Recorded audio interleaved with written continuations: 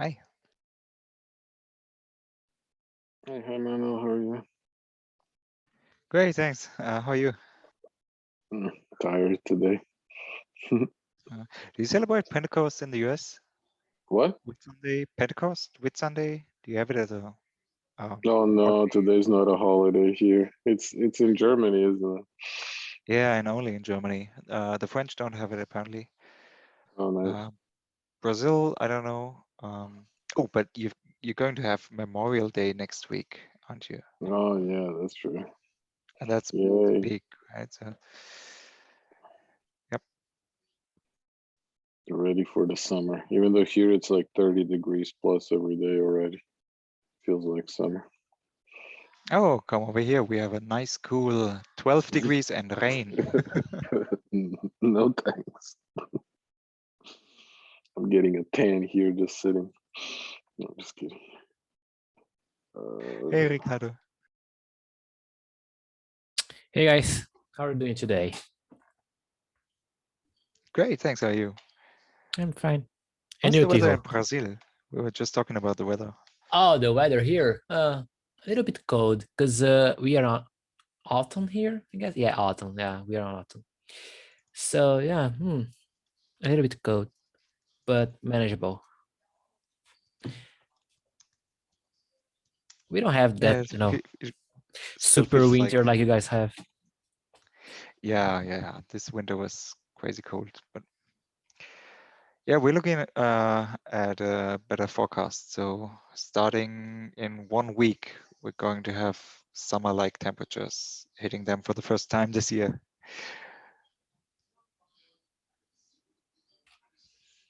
And it's a holiday today in Germany, but I Oh missed yeah. to ask for yeah, cancel it or anyway. So let's just have it.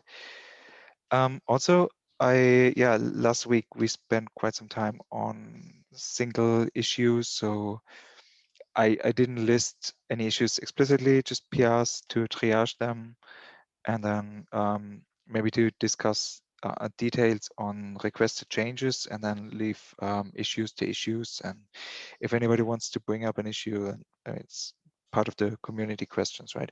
I also talked to Antonio, and he said that yeah, he'd be fine to present a little bit, but not this week. Maybe the next. So what he did on TypeScript. I don't know, Timmy, you mentioned he did crazy cool work on the TypeScript SDK.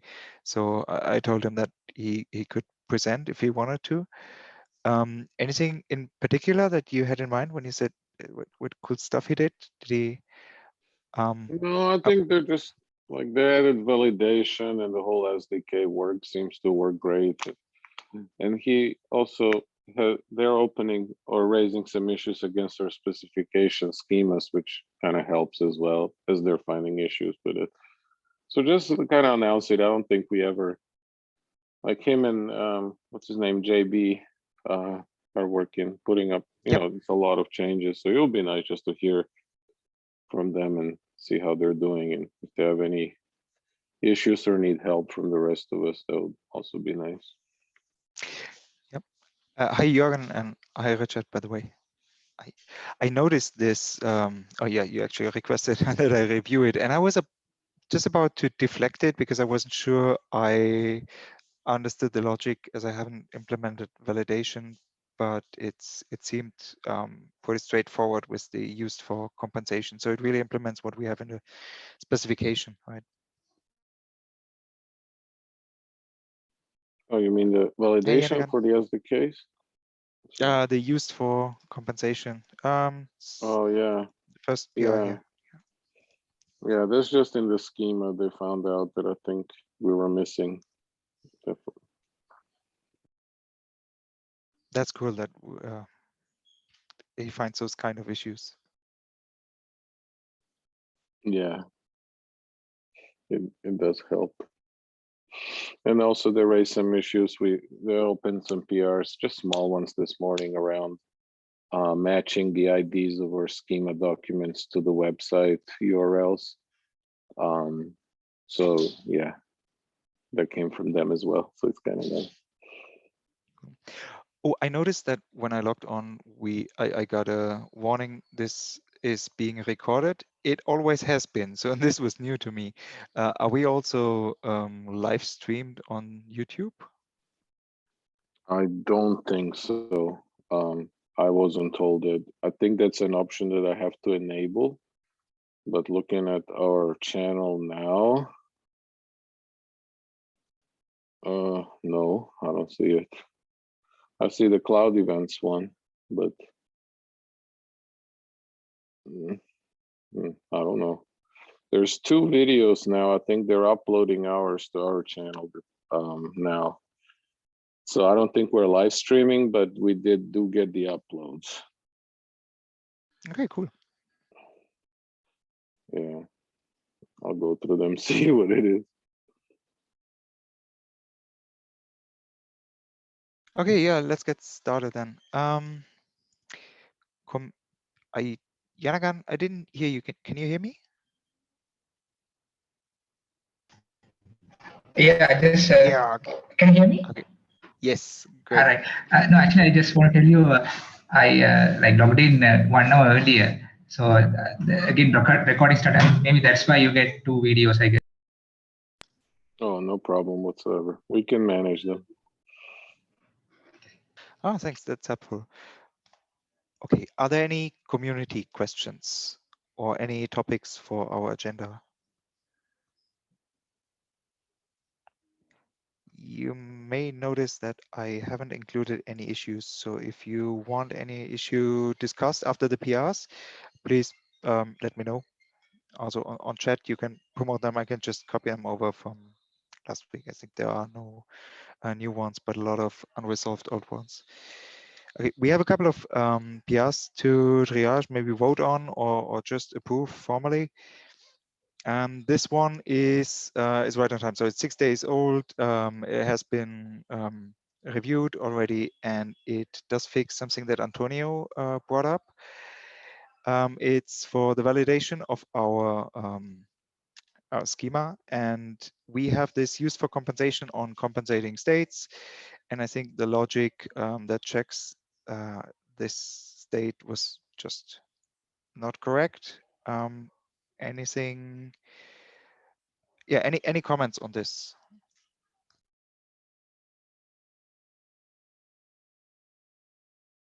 No? Okay. Is there any reason we should not merge it? Then I guess no, thanks.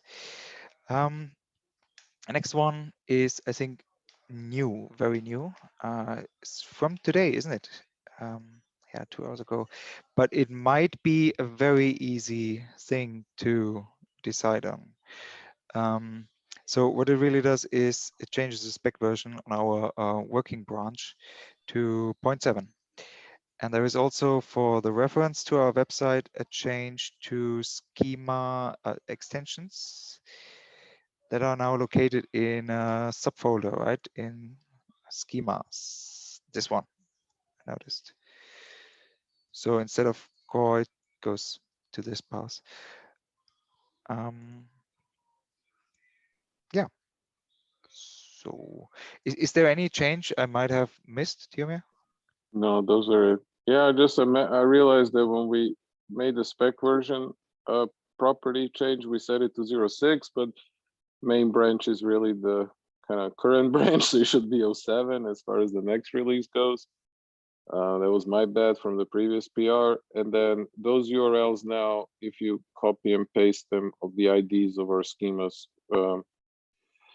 point to our website where we host our schemas as well. So those should be live URLs, and that helps the SDKs, because even the TypeScript SDK was pulling them using some GitHub APIs before. So now they can just pull them straight up with URLs, and they will match, on our website, they will match the IDs of the schemas, the URLs where you can actually find. That's it. That's cool for imports. Any questions to Tiomir on this one? Did the default value for the schema version change, or it looks like it's just updating all the examples, but it's hard to tell.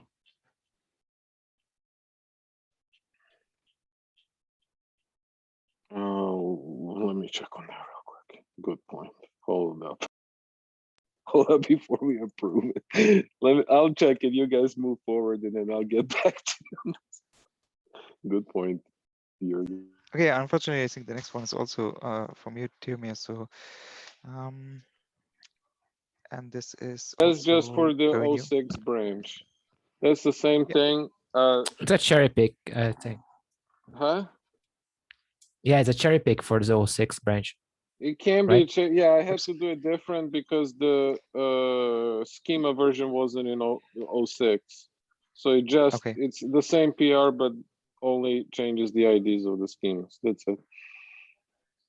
Because the TypeScript guys, they're pulling from the 06 branch because they're working on a release against 06 release currently. Yeah. So I did it here too. And those are also valid URLs. Okay, the only question remains is on the examples then, right? Yeah, Jürgen asked in the workflow schema, the scheme spec version has a default value, and I'm checking on that here in a second.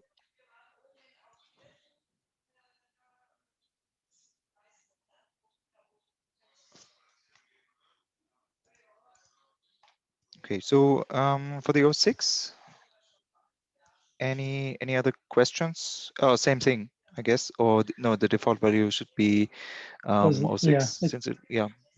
Well, for 06 there, I don't think there was. I looked at the PR for that and it's just fixing the schema IDs, it looks like.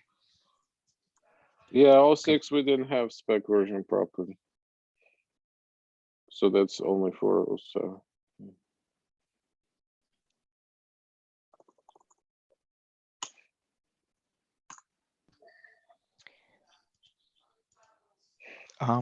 Could there be any other issue where we should not approve it now or ask for more coverage? Or because I think it's good to have it, even if we miss one occasion of it, we can always add it. But it's very good to have also the correct URL that points the website to an actual document. I find it very helpful. Yeah. I just checked the spec version does not have a default value even in 07. So if it should, but I think we discussed that it shouldn't have a default value. That's why it's required. Do you remember? Oh, right. Yeah. But we do. We're good. We're good. Oh, I changed the example in the specification. I left it as 06, just so people, have that, but all the examples show 07 because it's the main branch. I hope that's okay. I think that makes sense. But when you said the example in the specification, I think the only thing that matters is that in the specification.md it says, which it still seems to say that, never mind. No, it's required. So you're right. There's no default. Yeah. So we should be good, right? On that PR. I think so. Yeah. Cool. At least from that perspective. Yeah. Okay, cool. So any reason why not to approve it? 3, 2, 1. Okay, thanks. And then the same for the 06, as Tirmir explained. 3. Nope, then approved. Thank you very much. Now, the next open PR is also on time, right? It has been open for a while. We had a little bit of discussion in it. First, are there any questions to Tirmir on this? So let me maybe provide a quick summary. There was an issue to how to define authorization for functions. I think this is something that also led to this secrets namespace. And the idea to solve this is to provide a secrets and a global section that can be addressed from expressions by using variables. So a $secrets, all capitals, and a globals, all capitals. Let me quickly look for an example. Yeah, okay.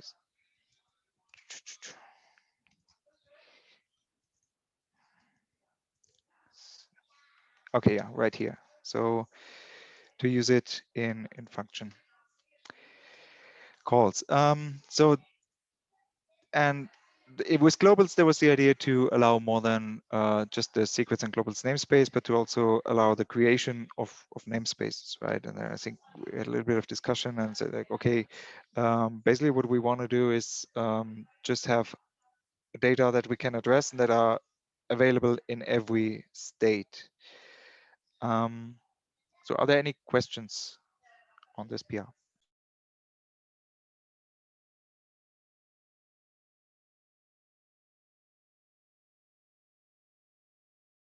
No, then Well, might have some. I guess Yeah, you have a question, right? I About do. mutability. I just wanted to give everybody a chance to ask. So first, this secrets and globals, I didn't understand. I think in some occasion they are globals are described to be static.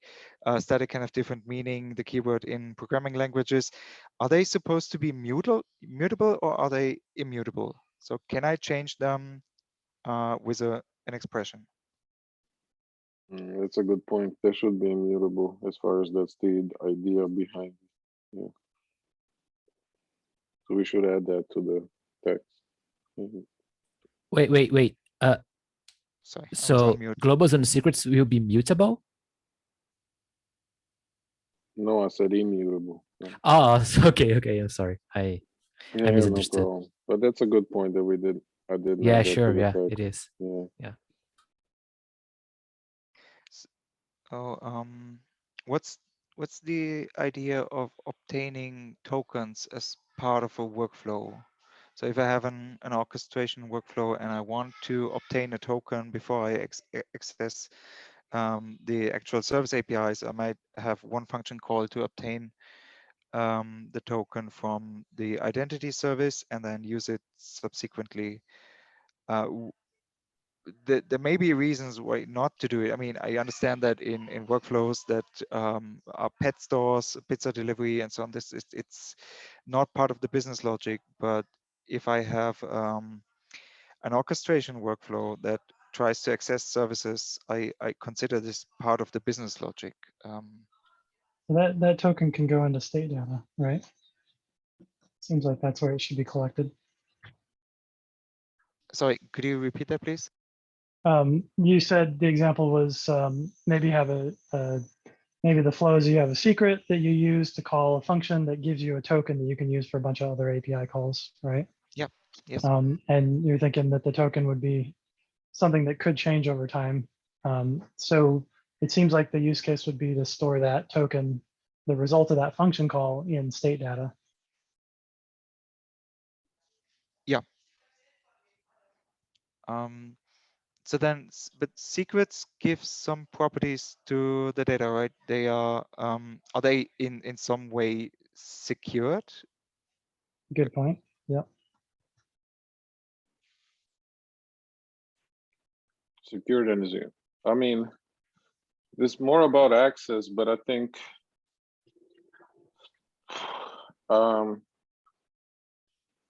we say in there that secrets should not be added to state data, but enforcing that rule, I think would be pretty hard on the language level because we don't enforce the types of expressions that users write. But I hope that it is okay because secrets, even though if they are declared, should be encrypted anyways.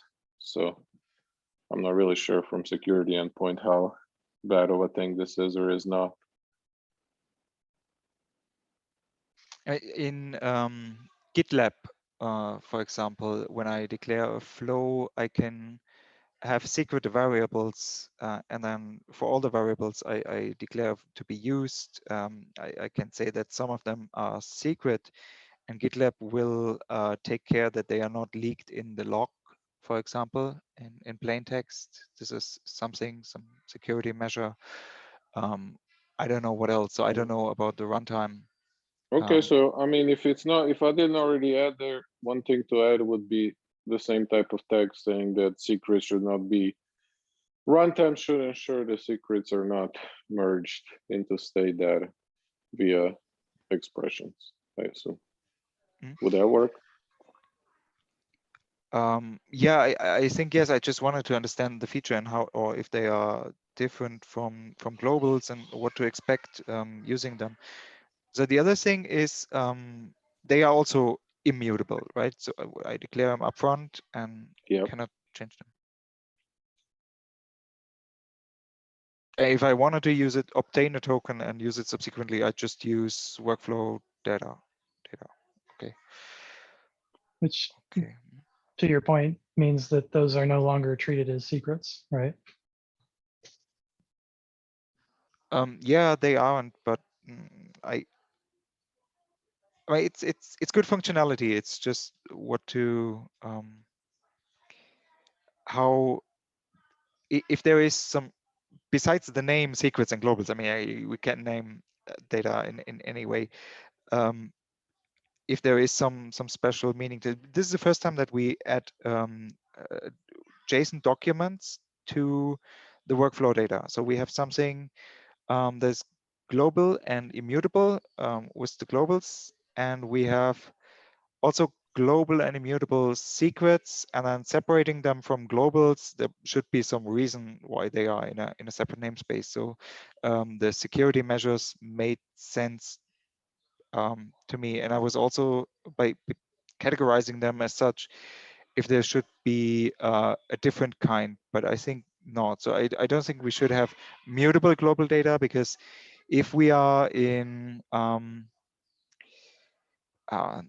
probably not parallel execution, but we need to pass or synchronize these data from state to state. If they are just known to be immutable, you can load them up and distribute them up front, right? So you don't have to synchronize on them before you start executing in the next state. These were some of the thoughts I had, but yeah, I think that's good. And maybe if we could use the mutability, that would be enough. I don't know if we actually can make or can ask for any security measures from the runtimes. I mean, it's a sensible thing to do, not to leak secrets in the log and treat them carefully, but I don't know if we can. If the specification should make any, maybe it's an optional way, or like a recommendation. We can recommend an implementation to preserve the privacy of the secrets, something along those lines. Okay, I can add some text in there for that as well. Yeah, we don't provide the logging, but some recommendations like that would be helpful. I agree. I also don't want to hold this up. So these were really my only two concerns. I only did review it today and kept you hanging there. So No problem. We can wait on this for next week. I'll add to it the suggestions for immutable. I think it's a very nice suggestion that definitely we should add, because that's a huge thing. And also, while I'm doing it, I'll add the other one, kind of like the recommendations, and we can look at it next week and just merge if needed. But it's fine, no problem. okay. Otherwise, I would have Yeah, asked yeah, to understand. conditionally approve it, but in this case, okay. And do we have Charles on the call? Oh no, he's out. So I would have asked if this is sufficient to also close his issue on function authorization, because it contains the secrets. But we can ask them or discuss No, this next week. yeah, we can ask him, but I think this is this asks for a little more than just the secrets, because this asks like when we define our functions and declare the path to the URI to the Open API or gRPC or GraphQL document that contains those definitions, and those files themselves are secure. See, like for example, yeah. Oh, this is yeah. It's the operation property. I'm sorry, I'm so blind I can't see your screen very well, or the text. Oh, now I can. Yeah, see, like that.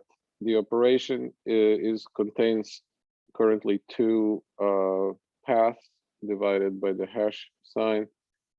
And we currently see like the secure endpoint swagger.json. If that file is secured, right, and we don't control it, we currently define no way of defining how to resolve the credentials to even access the swagger.json file. We just assume that it's unsecured currently for all of our function definitions. But what Chelsea is asking basically is, look, I mean, I got a Swagger JSON file that I have to read in to get the Swagger definition. Now that definition can also has to include the authentication for all the services that is provided. That's fair, but we have a chicken and egg problem that the secure endpoint Swagger.json is itself secured. And in that case, we have to provide some way of authorization, providing information on how to deal with that. Okay, so yeah. we should have a follow-up on that Wait, one. Yeah. Sorry, I'm confused. Is that really saying that? Because this is an operation, so this is trying to call the function, right? Yeah, but okay, so for OpenAPI, you have your JSON or YAML OpenAPI definition file, right? And in order to see the endpoint or the operation ID that you want to actually invoke so the runtime can get all the information from that file in order to how to invoke it is inside this file, right? So this is not about invoking the end service. This is actually being able to resolve this file that contains all the definitions, right? So it goes before, it's a step before that, right? Yeah, Jürgen, I had the same question. Yeah. When they opened the issue. Yeah, but Tiho, can I suggest one thing? I'm not sure if I saw the issue yet, but can we have like an authorization object on top of the workflow definition? So we might reuse the authorization across the workflows. So imagine that we have subflows and workflows pointing to the same OpenAPI, and then you have to repeat all the authorization attributes over and over again for each operation. Would be nice to have like, and we might even reuse this authorization for other things like gRPC or for this authorization schema can be reused for when calling the actual function as well. We can reuse this authorization for other things within the definition of the workflow. What do you think? Yeah, I agree. That's kind of like it would align very well with what we're doing. So you're basically saying you could define a reusable authorization definition, kind of like our reusable function and event definitions, and you can here instead of authorization like on top of this page the manual is showing have to, like you said, define it everywhere. You can reference it by a logical name. That would fit with what we're doing. Yeah, we could do that. I think the question is more like right now is which authentication schemas do we support? And I think this PR suggests that we start just with basic and bare, but there is more. So I guess long term, if we go with this, we can start off with this too. But what else do people use and what else do people want to, I don't know. That's a question. Can we extend this? Can we do use custom authorization schema definitions or not? Those things we haven't talked about. Yeah, I think it's fine to have only basic and bare. It is the most used anyway, and we can enhance in the future.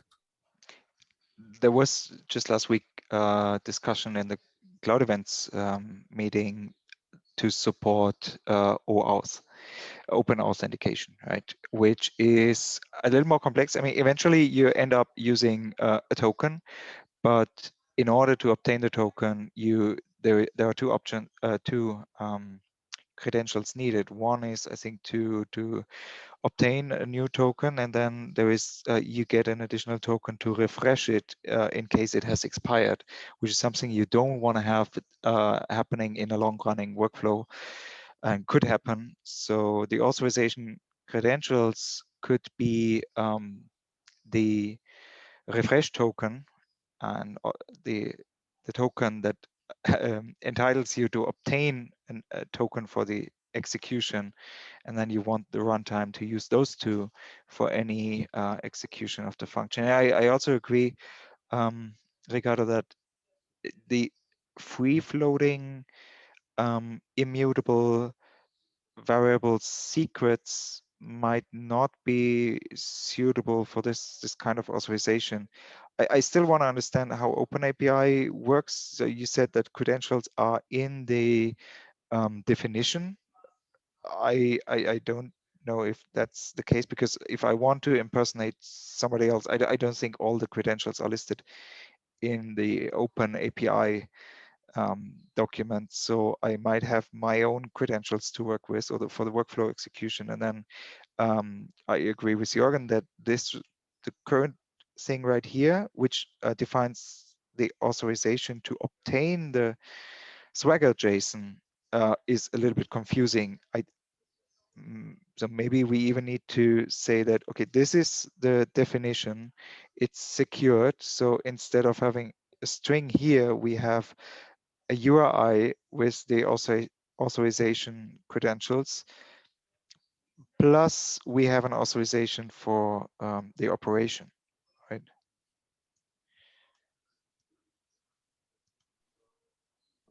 This could be two different yeah, I things. mean, I think for OpenAPI in general, we should just use the OpenAPI definition for the authentication of the service that needs to be invoked. That to me is just simpler right now. But yeah, we can look into it. I mean, I don't know much about this stuff. I'm not an expert in security to be able to tell you, but it would be nice if somebody who is and knows a lot more, which is probably anybody here, to help out with that. But yeah, I don't know. Is this a common thing, so that I give it the OpenAPI definition, and that is already personalized to whoever is making the operation calls, providing credentials to them? Yeah, because the people who are providing the OpenAPI definitions are typically people who created the services and deploy them. So they know what credentials are needed in order to authenticate with their endpoints, I guess. And from a security standpoint, it makes sense, because if the file itself is secured, that's okay. But if I have a service definition, I want it to be called by different users, I wouldn't give all of them the same credentials to access it. So yeah, okay. Let's then follow up on this one, and the other one, if you're okay to delay to next week, that's also fine by me. Okay, good. And yeah, there we go. Already half an hour into the call. Okay, I noticed you. Can you hear me? Okay. Hey, sorry. Hey. Great. Oh, is there a question for me? No, just wanted to check if you're with us. Yeah. Okay. Okay. And then we also wanted to give some space to sub-projects. But let me check. Is there any issue we should discuss right now?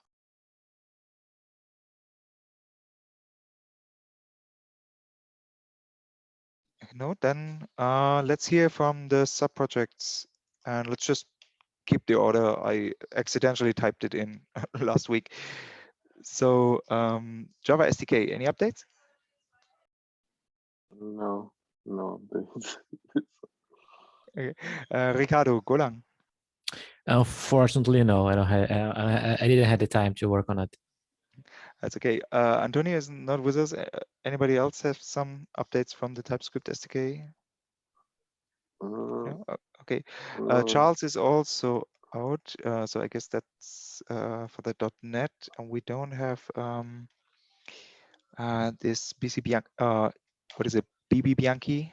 So Synapse, then same thing. And Yeah, just now for yeah, Synapse, he's waiting for, actually, he ran into a Kubernetes issue with CRDs. Let me see if I can find and link that issue on Zoom real quick. I mean, on our chat. thanks. Yes, I would have brought it up because that's something we maybe wanted to discuss across SDKs. Yeah, here it is. If you guys want to vote it up, that would be nice. Charles opened up that issue and they were saying they were looking into it, but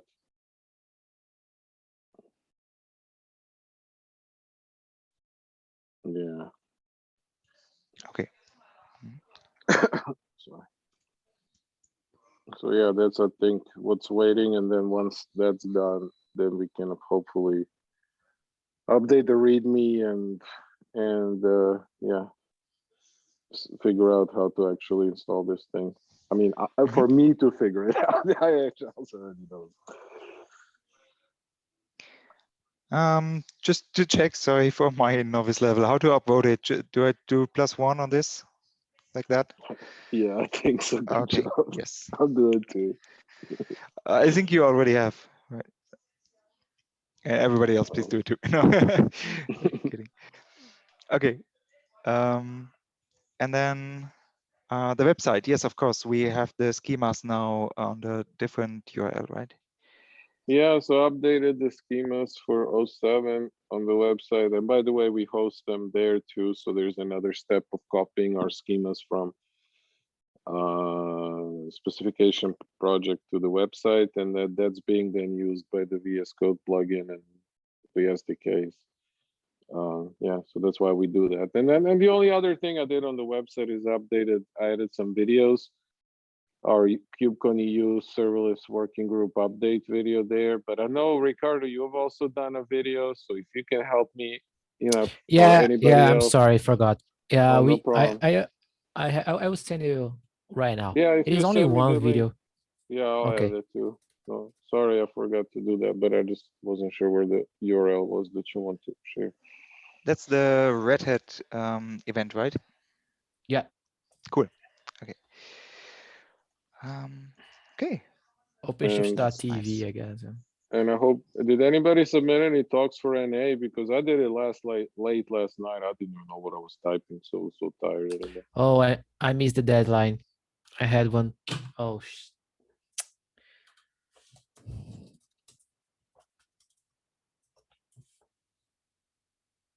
Yeah, shit, on their website, they closed the button. They removed the buttons. yeah. I'm a mess. Here's Maybe we in the can chat. ask. Maybe we can ask to extend it. I don't know. We'll see. But I also haven't heard anything about the serverless summit. I guess but I don't know. I probably said this at some point, and we need to talk to the cloud events guys too about it, because they had the idea of creating a side summit just for serverless, and the serverless working group would host it, which means we will probably have some involvement in that. But did they talk about it, Manuel, in the last cloud events meeting or not? I wasn't there. The only thing that was reported was that there were concerns about financing, but that shouldn't be a problem. And I think they want to go forward with it. So yeah, but no details. So it would be a 0-day event, I guess, like the summit has been in the past. It was only held during the face-to-face events, and the next one is going to be a hybrid event. So I'm not sure how this is going to work then. Yeah. And they would probably have a different call for proposals then, right? Yeah, I think, yeah. So yeah, I also haven't submitted any talk for North America. I'm also not sure if the speakers are then required to travel and to be on site. So, yeah. There was an option that says, do you want to go there or you want to do it virtual? So I guess it's a choice. And I don't really know how that's even going to work. No idea. So KubeCon NA might have serverless summit. Okay, any other business? Do we want to talk about the I mean, with Charles not here, I don't know if we should talk about the CRDs, sharing CRDs across SDKs. Looks like Charles is here. Oh, hey, Charles. Thanks. Hi. Welcome. So yeah, we're almost through with the topics. Do you have any updates on the TypeScript? Oh, sorry, on the .NET SDK and on Synapse? I think his mic don't work. Zoom says you were not on We mute, can but we hear could you, hear. Charles.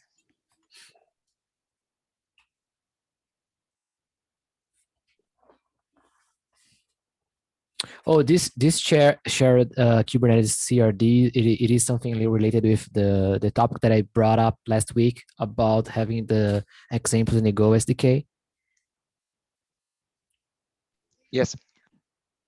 Oh, all right. No, we don't have any updates on that. No, in my end at least. All right, let's wait for Charles. Mic problems.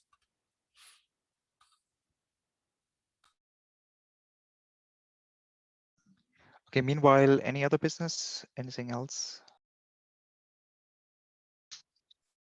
I mean, if we end up having time, I'd like to revisit the issue from last week and figure out what the next steps are for that. But I don't want to take over if we've got other stuff. Yes, definitely. So let me just copy it over and please start. So what do you think are the options from here? Well, it's not really clear what the next steps are. Seems like the discussion was shut down without a resolution. It was proposed to do a PR, but it's not clear what the PR would be. Seems like that, just be asking for me to spend time that'll, potentially not go anywhere as well. So I'm looking for suggestions on how to resolve this. I do notice that there's a bunch of examples that don't have expressions, like the example in the recent PRs that we reviewed today. There's lots of stuff in there that doesn't have expressions. Like that one, right? Yeah. Which is just seemed to be a mistake, the missing a dollar in brackets here, right? Yeah, but if you look throughout the It README, has, yeah. but if you look throughout the README, there's lots of places where those are missing. So it's it's like it's unclear why they're necessary, and it's the doc is very inconsistent. Yeah, well, okay, the operation, I mean, in this case is only, it's all expression and it cannot be, what did we call it? Concatenation of string plus expression result. Interpolation, yeah. Interpolation, thanks. Yeah. So it's, I I understand why think, this cannot be interpolation, but I also agree that we had this ambivalence of interpolation cases. So yeah. And if you look at the PR was updated so that there's two examples of function or expression operations, expression functions, and one of them has now the curly braces and the other doesn't.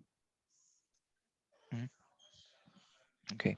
And I think this is a good example of a situation where, like you were saying, the expression function, I don't think there's any intent to support interpolation there. So it's confusing why there would be interpolation there, or why we would have then requirement of doing dollar curly braces.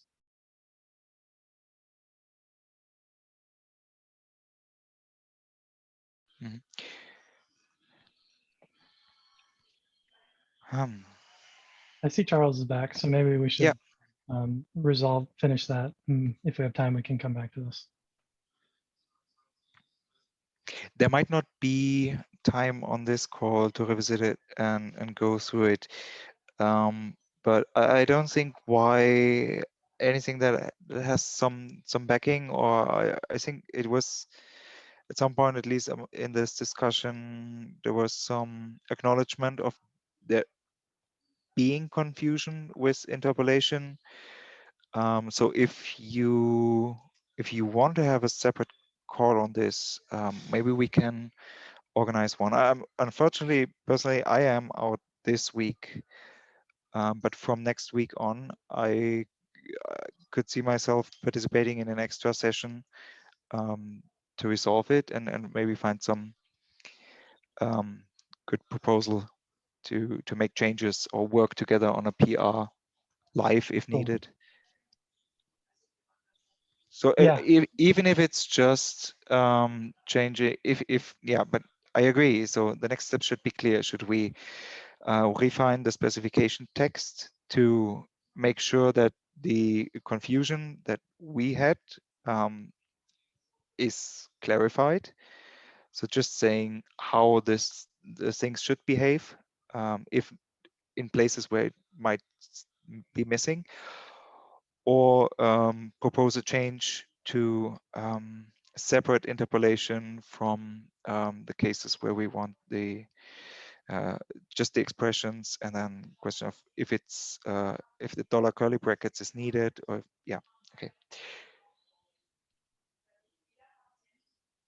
Cool. So maybe next week we can set up a time and have a discussion and when you're back. Yep. Okay. That would be great. Let me ask, okay, Charles still cannot vocal if he wants to be part of it, but I wanted to ask, anybody wants to be included in this? I am probably going to reach out on Slack then, also to find a date.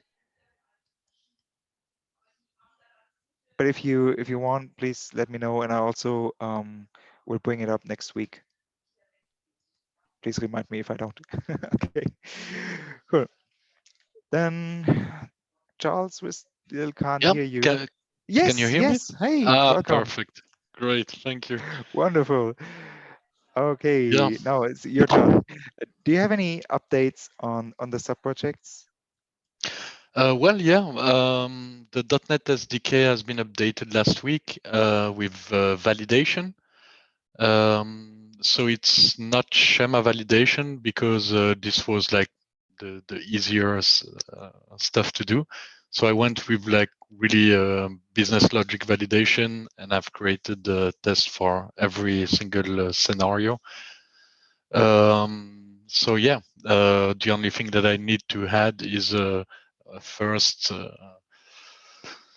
let's say, a lesser quality kind of validation that first use the JSON schemas and then only switch to like DSL validation if need be.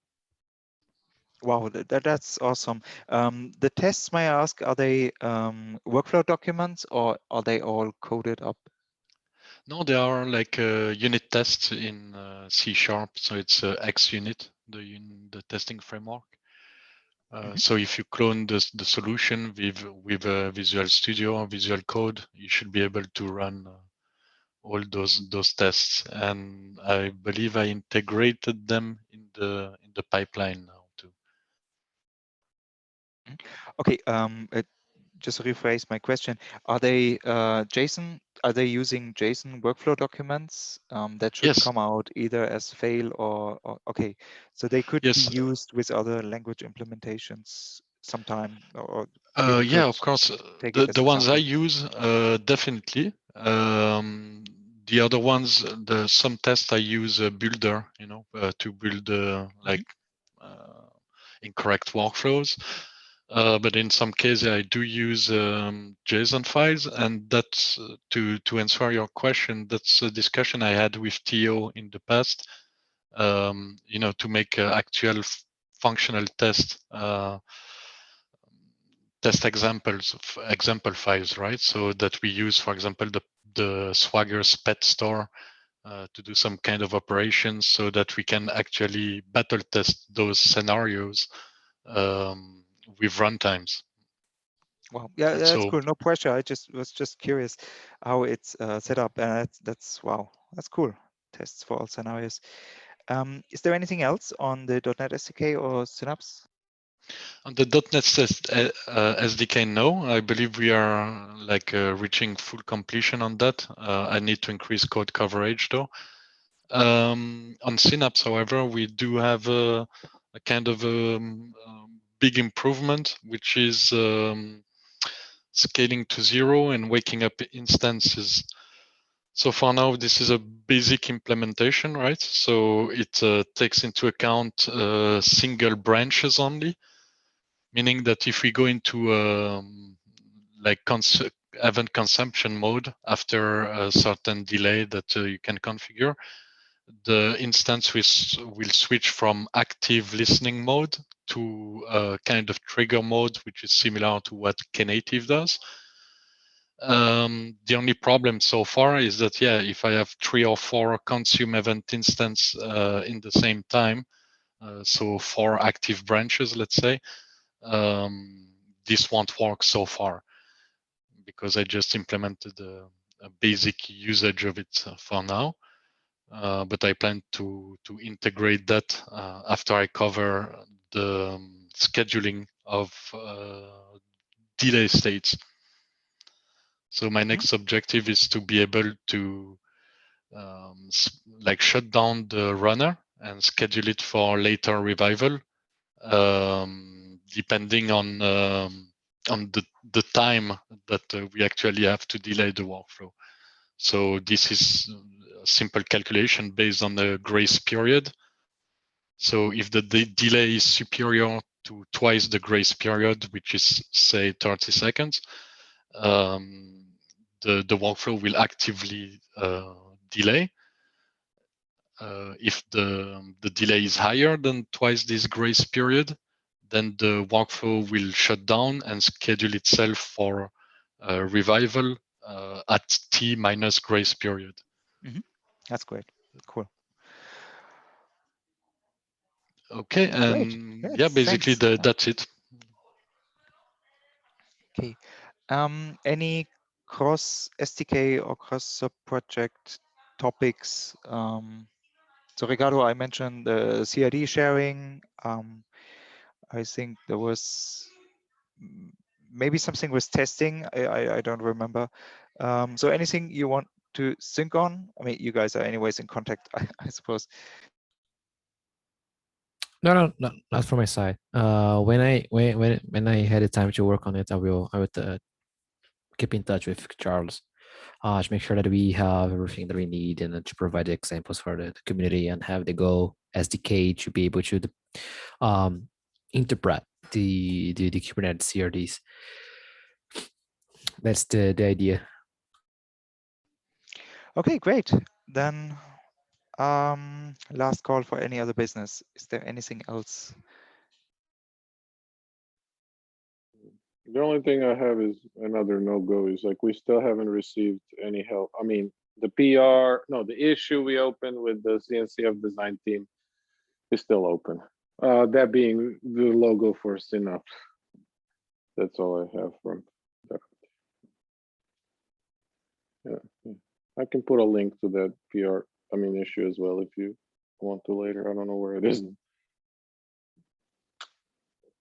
And yeah, the only other thing. Go ahead. Is that a PR with the landscape or TOC or what? It's the issue. What is it called? Kind of like Jira that CNCF provides. I'll link it one second. Oh, okay. Yeah, we have access to like opening issues, and I think as Sandbox we have support, kind of like only from design team. So that's good so far. Okay, nice. All right. If there isn't anything else, then thank you very much. Have a nice week and talk to you next Monday or offline. Thanks, guys. Bye. Thanks, everybody. Bye. Thanks, everyone. Bye-bye.